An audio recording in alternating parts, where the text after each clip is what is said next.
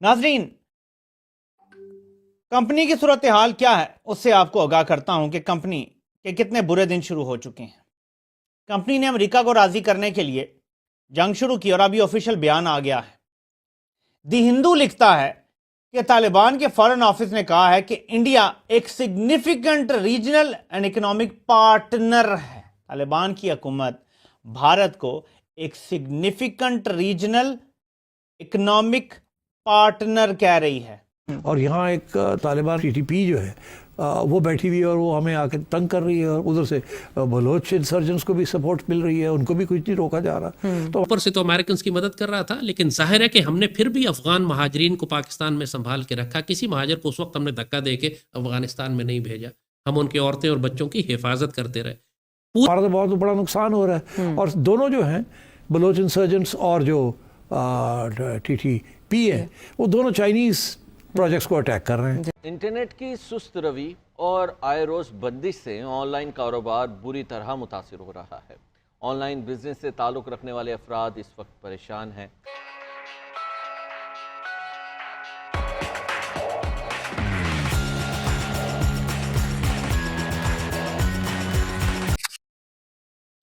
मतलब समझ आ रहा है, पाकिस्तान से किया गया तालिबान को दूर, सोचे समझे मंसूबे के तहत, और उसके बाद अफगानिस्तान की भारत से हो गई दोस्ती। अब तालिबान बैठ गए भारत की गोद में। अब आप करें जंग तालिबान से, पैसा आएगा अमेरिका और भारत से, हथियार आएंगे अमेरिका और भारत से, और आपकी ठुकाई लगेगी जैसे सोवियत यूनियन की लगी थी। आपको अक्ल ना आई तो आपको पता नहीं है आपके साथ होना क्या। हो सकता है अमेरिका कुछ असला टोकन सा आपको भी दे दे, लेकिन ज्यादा मॉडर्न असला दूसरी तरफ देगा, ये याद रखिएगा। तो जर्नैलों को इस टाइम इस सूरत हाल का सामना है जब कहते हैं ना कि धोबी का कत्ता ना घर का ना घाट का। वैसे ये लफ्ज़ कुत्ता नहीं, आई थिंक कत्ता लफ्ज़ है, तो हम लोग कुत्ता कहते हैं, तो कत्ता शायद लफ्ज़ है। धोबी का कत्ता ना घर का ना घाट का, इनके साथ वो हाल हुआ है।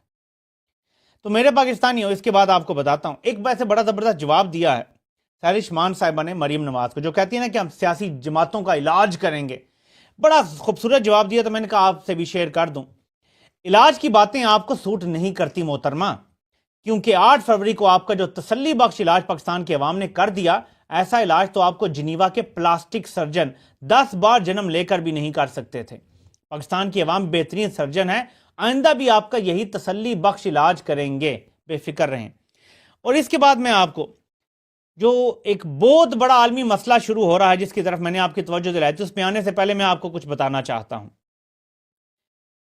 ये उमैर फारूक साहब हैं, इन्होंने बहुत ज़बरदस्त एक पोस्ट लिखी है। इमरान खान ने माशरे को पोलराइज कर दिया या तकसीम कर दिया। हमारी फौज का बयानिया है कि इमरान खान ने माशरे को तकसीम कर दिया, और जिसके अंदर फिर हमारी सिक्योरिटी फोर्सेस इन्वॉल्व हो जाती हैं, उनके ऊपर भी अटैक आती है। तो बड़ी सब्र के बाद समझा के ना करो ना करो ना करो, ठीक। फिर ये रेफ्यूजीज़ को निकाल दो, एक प्रेशर ग्रुप है ना ये जी, मिलियन रेफ्यूजीज हैं, इधर भी बैठे हुए हैं, निकालो उनको। एक इशारा था ना ये, तो ये करो, इनको थोड़ा टाइट करो, थोड़ा सा। वो टाइट नहीं उनको तो एक रोटी चाहिए, उससे ज़्यादा उनको ज़रूरत ही नहीं किसी चीज़ की, ठीक है ना। तो वो तो गिरिला वॉरफेयर उन्होंने इतने साल की है, they are used to hardships and they don't care about the other people. तो उन्होंने जो वो कर सकते हैं वो करेंगे, you can't threaten them like this.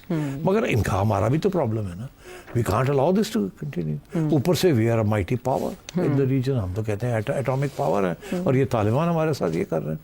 तो हमने फिर कोई थोड़ी बहुत अटैक वैक किया, हमने भी कोई थोड़ी बहुत दिखाने के लिए कि जी फिर हम पहुंच जाते हैं फिर, ठीक। अच्छा, आप पहुंच गए, अब तालिबान को तकलीफ हुई है, ये क्या हुआ, उन्होंने धमकी दी है, फिर हम भी आएंगे। बात आगे बढ़ रही है।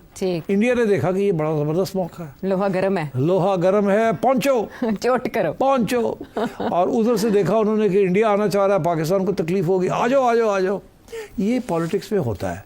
आज आप नॉर्दर्न अलायंस जो ताजिक, अहमद शाह मसूद ताजिक्स, आप उनके साथ जो कि इस वक्त पनाह लिए हुए हैं ताजिकिस्तान, आप पहुंच गए वहाँ उनके साथ रब्ता करने के लिए, ठीक। The enemy of my enemy is my friend, the formula. ठीक। तो तालिबान ने कहा लो जी, the enemy of your enemy is my friend, उन्होंने इंडिया के साथ खोल लिए। हाँ, तो अब क्या फिर से खाना जंगी अफगानिस्तान नहीं, में? अब खाना जंगी तो है अफगानिस्तान में, मगर अब डेंजर जोन ये है कि ज़्यादा खाना जंगी सिविल वॉर की तरफ ना अफगानिस्तान चला जाए, बिकॉज ये अब दोनों एक एक कदम आगे बढ़ गए हैं। इंडिया कहता है उनको कि तुम्हें क्या फिक्र है, हम आपको पैसे भी देते हैं, ये भी करते हैं, वो भी करते हैं। इंडिया भी तो अपनी पूरी वहाँ कोशिश करेगा ना किसी तरीके के साथ जमाए पाँव अपने। हाँ। तो मैं ये समझता हूँ कि वहाँ अब ग्रेट गेम एक दफ़ा फिर शुरू होने वाली है। ये जो ताजिकिस्तान के साथ रब्ता पाकिस्तान ने किया है, जी, this is a very significant development. और इसके साथ फिर वो वखान कॉरिडोर जो कि एक छोटी सी नैरो स्ट्रिप है between Pakistan and Tajikistan, China and Afghanistan. तो अगर वखान कॉरिडोर जो है वहाँ आके रेजिस्टेंस मूवमेंट बैठ जाती है तो अफगान टेरिटरी में, और वहाँ से तो they can get assistance from Tajikistan and from Pakistan and they can create. So ये मूव्स एंड काउंटर मूव्स हो रही हैं बिटवीन पाकिस्तान एंड अफगानिस्तान। ठीक। पूरे पाकिस्तान में 40 साल हो गए, 45 साल हो गए अफगान महाजरीन रहते हैं। कोई एक वाकया नहीं है कि पाकिस्तान में इनके खिलाफ फसाद हुआ हो या इन्हें कत्ल किया गया हो या हंगामा हो कि इनको यहाँ से निकाला जाए। हमने हमेशा इनको इज्जत और प्यार से रखा है। पूरे पाकिस्तान में काबुल रेस्टोरेंट्स खुले हुए हैं, ये कारोबार करते हैं, इनके बिजनेस चल रहे हैं, इनके ट्रांसपोर्ट है। आप काबुल के अंदर एक पाकिस्तानी रेस्टोरेंट खोल के देखें, 2 दिन नहीं चलेगा, वो उसको जला के रख देंगे। यहाँ पूरे पाकिस्तान में किसी अफगान और काबुल रेस्टोरेंट को किसी ने भी नहीं जलाया, तकलीफ नहीं दी। हम पाकिस्तानी बड़े दिल वाले लोग हैं, हम पाकिस्तानी उम्मत का दर्द रखते हैं, उम्मत का ख्याल है हम लोगों को, मगर अफगानियों में ये सिफ्त नहीं है। बार बार जो इकबाल उनको मुखातिब करके कहते थे ना, ए गाफिल अफगान अपनी खुद ही पहचान, ये पूरे अफगानिस्तान के लोगों के साथ है। तो अब जो अमेरिकन के निकलने के बाद अफगान तालिबान की हुकूमत आई है, ये वो मुल्ला उमर वाले लोग नहीं हैं, ये वो नई जनरेशन है, उनके बच्चे हैं। मुल्ला उमर के साथ जलालुद्दीन हक्कानी थे, अब उसका बेटा सिराजुद्दीन हक्कानी है। इनके अंदर भी बहुत सारे इख्तलाफ हैं आपस में। कंधारी ग्रुप और है और काबुल का ग्रुप और है और सिराजुद्दीन हक्कानी का ग्रुप और है, और आपस में भी इनकी शदीद जंगें हैं। ये ताजिकों के साथ, अहमद शाह मसूद के ग्रुप के साथ इनकी शदीद लड़ाई है, उज़्बक रशीद दोस्तम के ग्रुप के साथ इनकी शदीद लड़ाई है। हज़ारा शियास को ये बर्दाश्त नहीं करते। इनके आपस में पश्तूनों के दरमियान मुख्तलिफ ग्रुप बने हुए हैं, छोटे छोटे इनके ग्रुप्स हैं जो अपने इलाके कंट्रोल करते हैं। मगर जहां तक पाकिस्तान का ताल्लुक है, इनके जो बड़े इस वक्त रूलिंग एलीट है, इस वक्त काबुल में जो ग्रुप हुकूमत कर रहे हैं, वो उसी नजरिए के साथ पाकिस्तान से नफरत करते हैं। वही पख्तूनिस्तान बनाने वाला इनका आइडिया है जो पहले जाहिर शाह का था, उसके बाद सरदार दाऊद का था, फिर कम्युनिस्टों का था, और अब जो इनके सो कॉल्ड इस्लामिस्ट आए हैं वो भी उसी तरह पख्तूनिस्तान बनाने के लिए पाकिस्तान के दुश्मन है। इनका मसला यह है कि इस्लाम इनके लिए एक सेकेंडरी हैसियत रखता है। एक पश्तून कौमियत या पश्तून वाली या पश्तून इंतकाम इनके लिए ज्यादा अहमियत रखता है। यही इनका अलमिया है। पाकिस्तान के जो पश्तून हैं वो इस्लाम को तरजीह देते हैं पहले, इसीलिए वो पाकिस्तान के साथ है। इसीलिए 99% ने पाकिस्तान के हक में वोट दिया था, सिवाय उन कम्युनिस्टों के कि जो इस पख्तूनिस्तान वाले खान अब्दुल गफ्फार खान वाला गैंग या आज मंजूर पश्तीन वाला गैंग। बाकी सारे पश्तून पाकिस्तान के जो है वो अल्लाह उसके रसूल से प्यार करने वाले और कौमियत के इख्तलाफ के बावजूद पाकिस्तान के साथ इसलिए है कि वो इस्लाम को और अल्लाह के रसूल को तरजीह देते। अफगानियों में ये खसूसियत नहीं है।